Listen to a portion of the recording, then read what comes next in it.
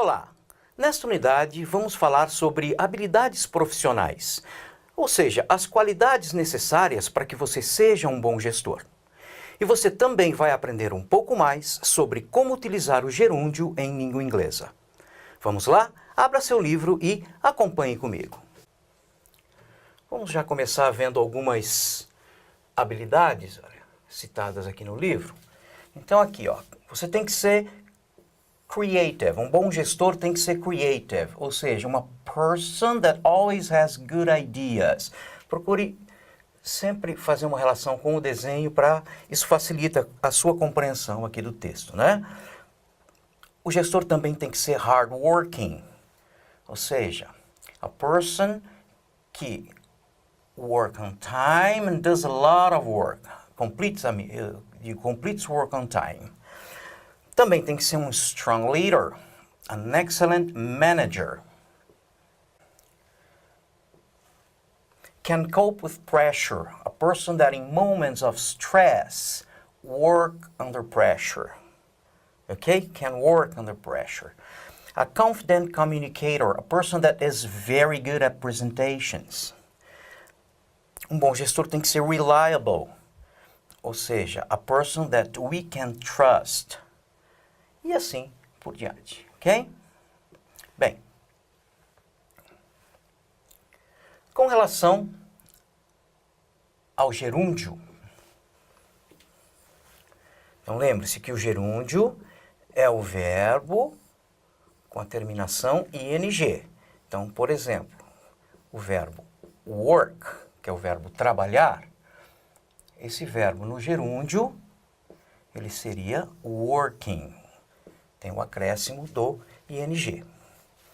Como nós já vimos anteriormente, o gerúndio usado junto com o verbo to be, por exemplo, o que você está fazendo agora? I am watching a video. I am working. Então, eu estou trabalhando, vocês estão assistindo a um vídeo. Então, com o verbo to be, a gente tem o presente contínuo, por exemplo, que indica uma ação que acontece no momento da fala. Então, quando ele é usado com o verbo to be, nós vimos que essa terminação aqui, ing, em português, ela equivale à terminação ando, endo, indo. Então, se o work é trabalhar, working, trabalhando. Só que não é bem assim. Existem outras situações que nós podemos usar ou devemos usar o verbo no gerúndio, porém, quando fizermos a relação com o português, ele não será traduzido como gerúndio, e sim como infinitivo. Por exemplo, aqui, reducing errors can reduce costs at work. Aqui eu tenho o verbo reduzir com ing, só que a tradução dele aqui não é reduzindo, e sim reduzir erros. Então, diminuir, reduzir a quantidade de erros pode reduzir os custos da empresa. Assim como eu tenho outro exemplo aqui. I'm bad at socializing. Eu sou mal em socializar, eu não sou bom em socializar. Então você tem socializing com ing, porém não vai traduzir como socializando, e sim como socializar. Não é? Nesse outro exemplo, I'm good at completing projects.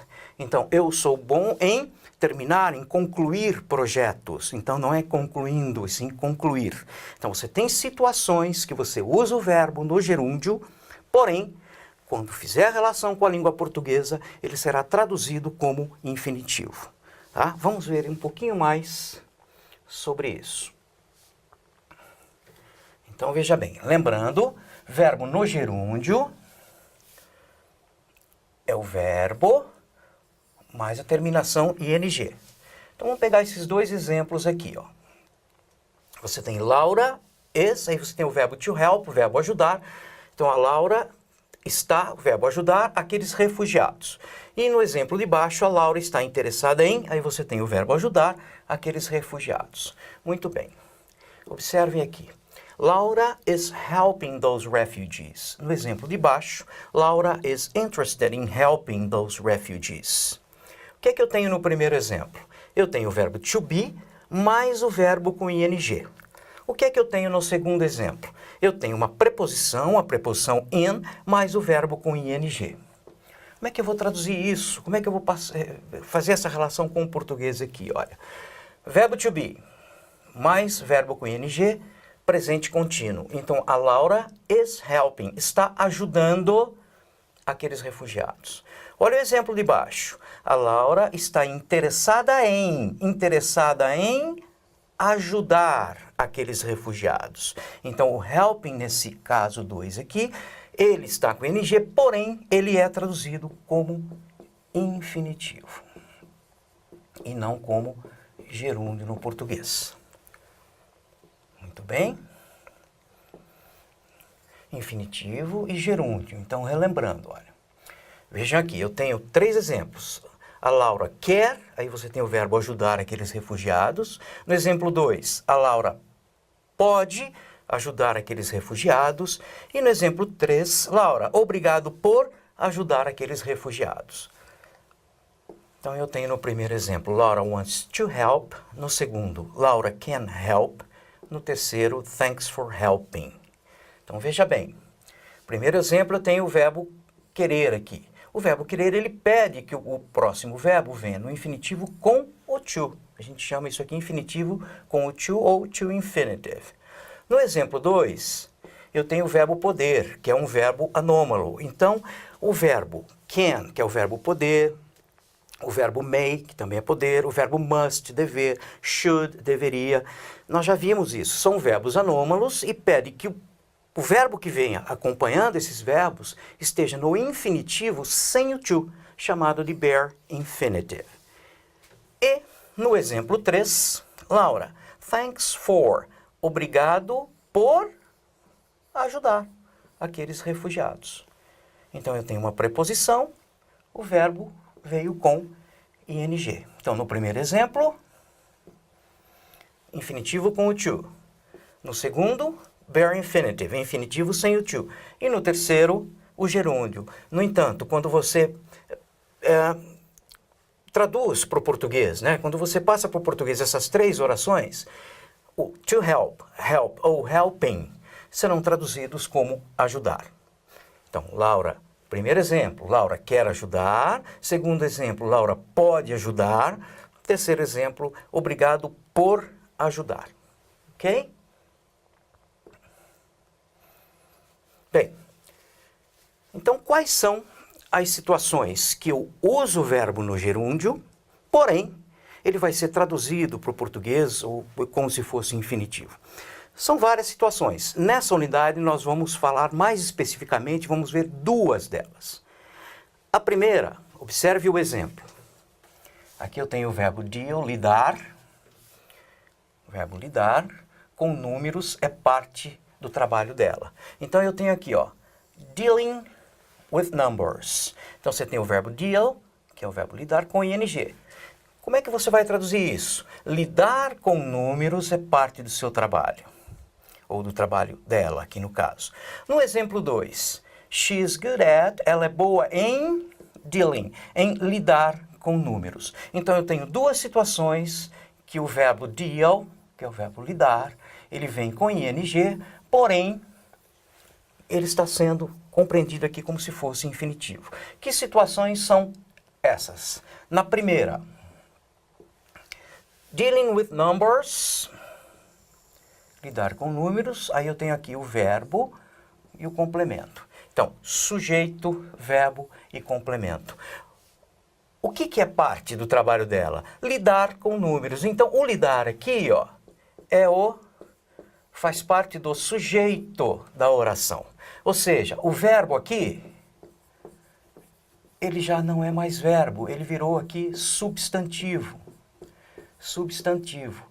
Então, quando você tem um verbo substantivado, quando o verbo vira substantivo, nesses casos, em todos os casos que você tem um verbo aqui como sujeito da oração, ele virou substantivo. Ele vem com ing e vai ser traduzido para o português como se fosse infinitivo. Então, dealing with numbers, lidar com números, ok? Por exemplo, o verbo caminhar, que é o verbo to walk. Se eu quiser falar caminhar faz bem para a saúde. O que faz bem para a saúde? Olha só, caminhar, você substantivou o verbo. Então, em inglês, não vai ser walk, vai ser walking is good for health. Então, o verbo, quando ele é sujeito da oração, ele vem com ing. Esse é o primeiro caso. E no segundo caso, observem aqui, she's good at. O que é que eu tenho? Eu tenho aqui o at, que é uma preposição. Então, normalmente você vai ter aqui um adjetivo mais preposição, tá? Adjetivo mais uma preposição. Bem, e aqui, quando você tiver isso, a preposição em um verbo, toda vez que você tem preposição e verbo, esse verbo tem que ser colocado no gerúndio, ok? Então, she's good at dealing. Ela é boa em lidar, e não em lidando com números. Ela é boa em lidar com números. Fácil, não é? Então, observe no seu livro. O gerúndio como sujeito. Então, aqui, o gerúndio como sujeito. Exemplo, working hard is one of the skills of a good employee. Então, trabalhar bastante é uma das skills, das habilidades de um bom empregado. Então, qual é o sujeito? Working hard. Se eu tenho o sujeito aqui, olha, o verbo está aqui dentro do sujeito, ele vem com ing. Então, working hard, trabalhar bastante, sujeito da oração. E um exemplo do segundo caso, com preposição. Então, gerúndio depois de preposição. She's interested in, ela está interessada em, verbo learn, aprender. Então, ela está interessada em learning, em aprender novas atividades. Então, depois de preposição, verbo no gerúndio, porém, você vai traduzi-lo como se fosse infinitivo. Ok? Fácil, não é? Bem, aqui tem uma lista de adjetivos mais preposição, só para ilustrar, né? Então, eu tenho, por exemplo, afraid of, angry at, afraid. Eu temo em chegar tarde. Então, I'm afraid of arriving, verbo chegar, mas eu vou traduzir como eu temo em chegar tarde no escritório. Aqui, I'm angry at my boss. Vamos melhorar esse exemplo? Porque aqui, na verdade, você tem angry at, mas você não tem um verbo depois. Vamos botar um exemplo aqui. I'm angry at having to work until late at night. Então, esse exemplo aqui é mais fácil da gente entender esse assunto que a gente está tratando. Ó. Eu estou bravo, né? I'm angry at having ter que trabalhar até tarde. Em ter, preposição at, verbo to have, at having to work until late. Muito bem. Mais alguns exemplos. I'm ashamed, aqui, ashamed of,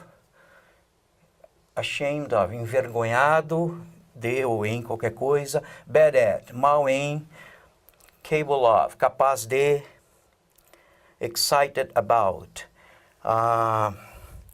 Estou excitada em começar um trabalho novo. Né? I'm good at, eu sou boa, ou sou bom em working, em trabalhar em equipes. Ok? Eu sou mal, I'm bad at speaking to large audience, em falar com grandes plateias, enfim. Você tem aqui, então, os exemplos com adjetivo, preposição e depois verbos. Verbo com ing, certo? Aqui outros exemplos também, vamos dar uma melhorada nisso, porque I'm interested in. Eu estou interessado in the new project, no novo projeto. Vamos supor que depois de interessado em, eu tivesse aqui um verbo. Então, I'm interested in, eu estou interessado em participar do novo projeto. Então, o verbo participate, estou interessado em participar. O verbo vem com ing. I'm ready for new challenges. Vamos também melhorar esse exemplo aqui. Eu estou pronto para novos desafios. Eu estou pronto para o desafio de encarar o novo trabalho. Então, o desafio of facing. Verbo com ing. Preposição, verbo com ing. O desafio de encarar o trabalho novo, o novo trabalho. This year, esse ano, eu serei responsável pela nova equipe. Vamos também dar uma melhorada nesse exemplo aqui. Poderia ser, esse ano eu serei responsável por conduzir a nova equipe. Então, for conducting, verbo conduct, você coloca com ing. Ok? Fácil, não é? Então, lembrando, após preposição, o verbo vem com ing. Ok? E também quando ele for o sujeito da oração, ele também vem com ing. Só que aí você vai traduzir como se fosse infinitivo. Muito bem. Tranquilo, não é? Então, vamos recapitular. Verbo no gerúndio. Você pega o verbo e coloca ing. Em princípio, nós vimos em aulas anteriores que seria equivalente à terminação ando, endo, indo. Isso acontece? Sim, quando ele é usado, por exemplo, no presente contínuo, junto com o verbo to be. Work, working, I am working, eu estou trabalhando now, agora.